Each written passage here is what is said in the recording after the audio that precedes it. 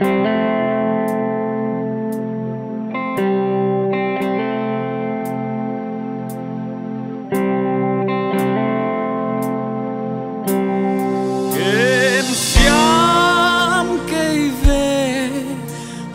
hi na tel chia mo hôn pa chim cây ninh nghe o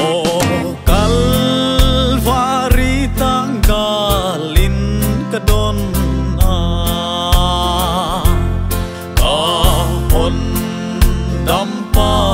hong thuang lata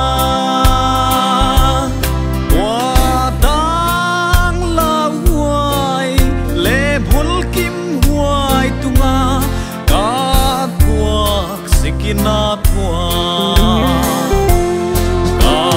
ki pa ngei to pa ka ki pa nge hi chi tella ina lam dang gen siam kei veng hoi hi na tel chia mo on pa chim kei ninh nghe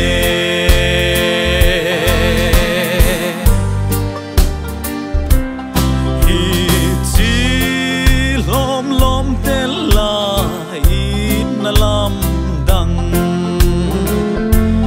khel na tui pi atum sa te ina sia ka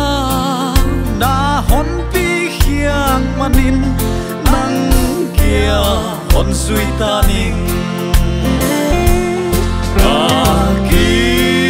pa ngei to pa ka ki pa nge hi chi tella ina lam dang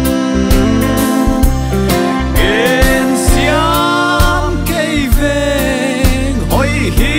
na tel chia mo on pa chim cây ninh nghe